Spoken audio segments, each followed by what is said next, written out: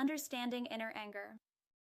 In a bustling community center, a group of teenagers gathered for their weekly meeting.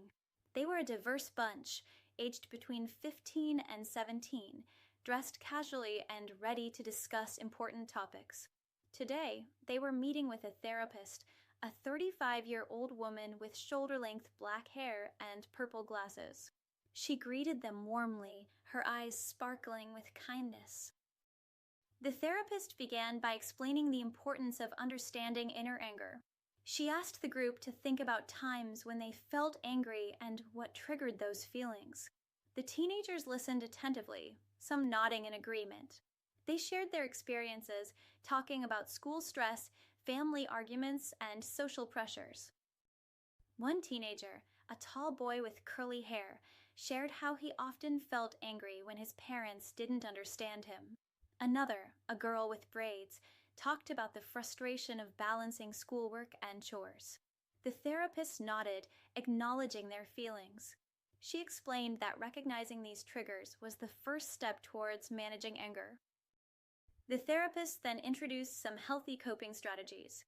She suggested deep breathing exercises, journaling, and talking to a trusted friend or adult. The teenagers were intrigued and eager to try these techniques.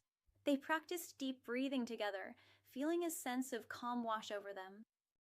As the session continued, the teenagers discussed how they could apply these strategies in their daily lives. A boy with glasses mentioned using journaling to express his feelings instead of lashing out. A girl with freckles talked about taking deep breaths before responding to her siblings. The therapist praised their insights and encouraged them to keep practicing. The therapist then handed out worksheets with different scenarios. Each teenager had to identify the triggers and suggest coping strategies. They worked in pairs, discussing their answers and learning from each other. The room buzzed with conversation and laughter as they realized they were not alone in their struggles. Towards the end of the session, the therapist asked each teenager to share one thing they learned. A boy with a baseball cap said he learned the importance of talking about his feelings.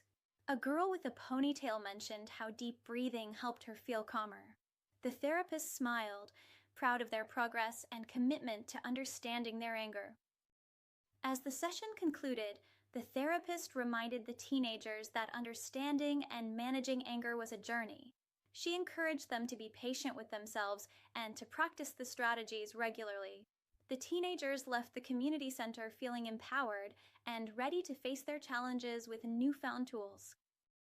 The following week, the teenagers returned to the community center, eager to share their experiences.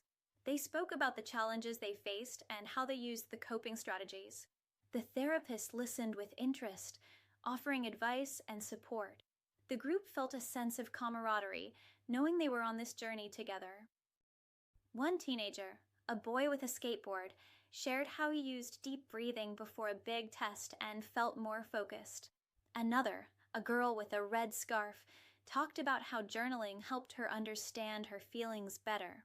The therapist praised their efforts and reminded them that progress takes time and practice. As the weeks went by, the teenagers continued to meet and support each other. They shared their successes and setbacks, learning from each experience. The therapist guided them, providing new strategies and encouragement. The group grew closer, understanding that managing anger was a lifelong journey, but one they didn't have to face alone. In the final session, the therapist congratulated the teenagers on their progress. She reminded them that understanding and managing anger was an ongoing process. The teenagers felt proud of their growth and grateful for the support they received. They left the community center with a sense of accomplishment, ready to face the future with confidence.